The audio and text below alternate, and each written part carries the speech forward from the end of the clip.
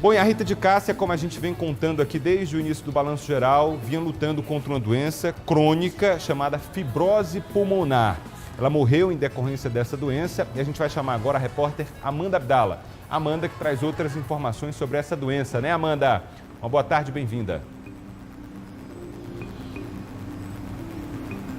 Isso mesmo, Luiz. Boa tarde a você e a todos que estão acompanhando o Balanço Geral nesta tarde. Infelizmente, uma grande perda de uma das melhores compositoras aí que colaborou para o sucesso de muitas bandas. Infelizmente, ela já vinha lutando contra essa doença há muito tempo, uma doença que, de acordo com o Ricardo Coelho, pneumologista que está aqui ao meu lado, não tem cura. E é preciso para que a pessoa se mantenha viva, ela tenha certos cuidados. E é sobre isso que eu vou conversar agora com um doutor que falou que tem vários pacientes que têm essa doença e que ficaram bastante assustados. Até porque fala-se pouco sobre a fibrose pulmonar e muitas pessoas não sabem como ela surge, de onde ela veio e qual o melhor tratamento.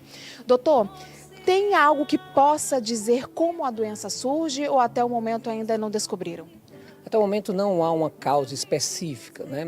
A gente conhece fatores que podem agredir o pulmão e levar à fibrose pulmonar, mas não há uma causa específica comum para a fibrose pulmonar.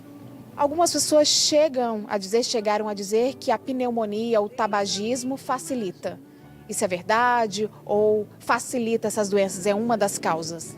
Como ele é um processo de envelhecimento precoce do pulmão, de substituição do tecido pulmonar normal por um tecido duro que não funciona, então qualquer agressão ao pulmão, uma agressão mais grave, pode levar ao quadro de fibrose. Então, pneumonias mais graves, o tabagismo, a inalação de poluição ambiental, entre os fatores que podem levar à fibrose pulmonar realmente. Sabemos que alguns dos sintomas é a falta de ar, a tosse seca, a fadiga. Muitas pessoas se sentem cansadas. Tem outros sintomas, necessariamente esses sintomas que eu acabei de dizer não são da doença ou são? Como a gente pode diagnosticar?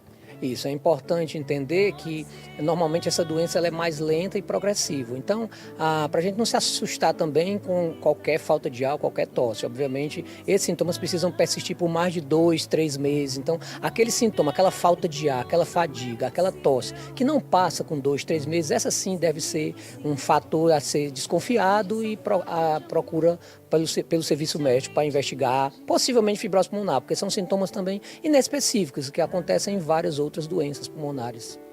Como é o tratamento? Sabemos que ele dura pelo resto da vida, porque a doença não tem cura. Mas como é o tratamento? Como passa a ser a vida da pessoa que descobriu que está com a fibrose? A fibrose pulmonar, a doença fibrose, ela experimenta períodos de estabilização e períodos de agudização, de exacerbação. Nessa exacerbação, a fibrose piora e é o momento que o paciente tem mais risco, inclusive, de ir a óbito. Então, o tratamento visa tratar as exacerbações ou evitar que elas aconteçam, para evitar que essa fibrose progrida. As medicações que temos hoje, elas não são capazes de barrar a progressão da doença, mas apenas de desacelerar e fazer com que o paciente tenha qualidade de vida e um tempo de vida maior. A Rita ela estava na fila para receber o transplante de um novo pulmão.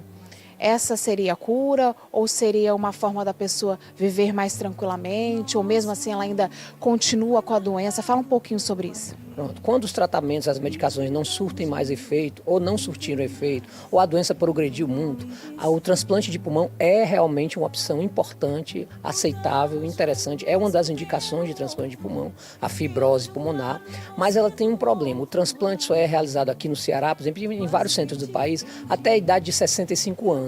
E normalmente, infelizmente, os quadros de fibrose pulmonar acontecem em pessoas mais idosas. Então acaba que a parte dos pacientes que têm fibrose pulmonar, uma parte deles o transplante já não é mais viável. Mas é sim, nos pacientes abaixo de 65 anos, uma opção terapêutica que visa curar, porque aí você substitui aquele pulmão doente por um pulmão sadio. Então, quando a doença já está em um estágio muito avançado, é que é necessário o transplante. Para a fibrose é um pouco diferente. Como ela é uma doença que pode avançar rapidamente, mesmo nos estágios iniciais, a gente já orienta o paciente ou o colega médico a encaminhar para um serviço de avaliação de pré-transplante. Então a fibrose ela tem essa nuance, esse detalhe. Mesmo nas formas iniciais, você já deve ser acompanhando um ambulatório de pré-transplante, se a sua idade permite, porque a doença pode avançar rapidamente e não dá tempo de você listar o paciente. Então não esperar a doença progredir muito para listar o paciente para transplante. Após o transplante, a pessoa se livra da doença ou ela mesmo assim ainda a fibrose pode voltar, ela precisa continuar com os tratamentos?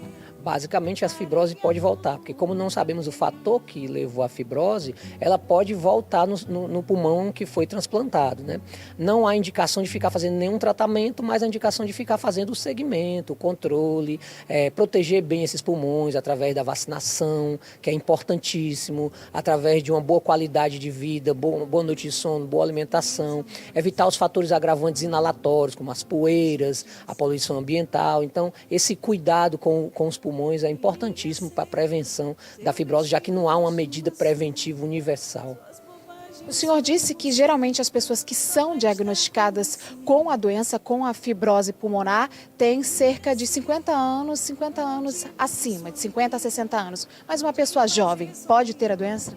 É importante então diferenciar a fibrose pulmonar idiopática, aquela forma que não tem uma causa definida, essa sim é mais comum e praticamente prevalente em pessoas acima de 50 anos. Outras formas de fibrose pulmonar não, podem acometer pessoas mais jovens, então a rigor a forma idiopática é acima de 50 anos, mas pessoas mais jovens podem ter outras formas de fibrose pulmonar tão graves quanto a idiopática.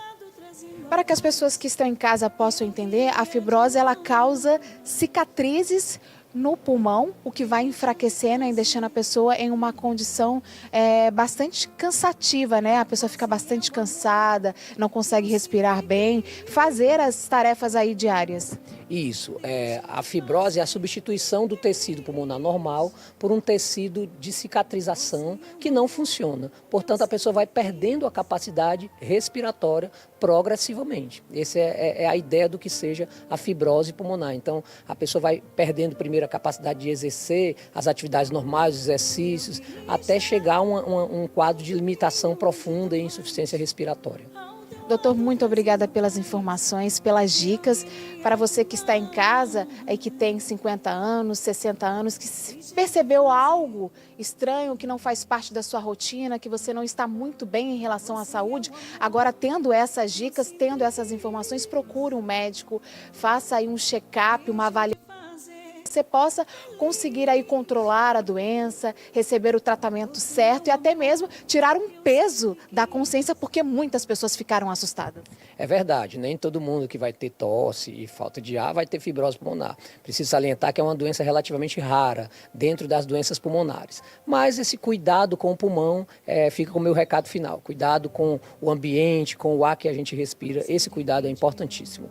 Pois é, sem desespero, mas todo cuidado é necessário, pode evitar aí uma perda como essa da Rita, uma grande compositora brasileira que vai deixar muitas saudades. Luiz?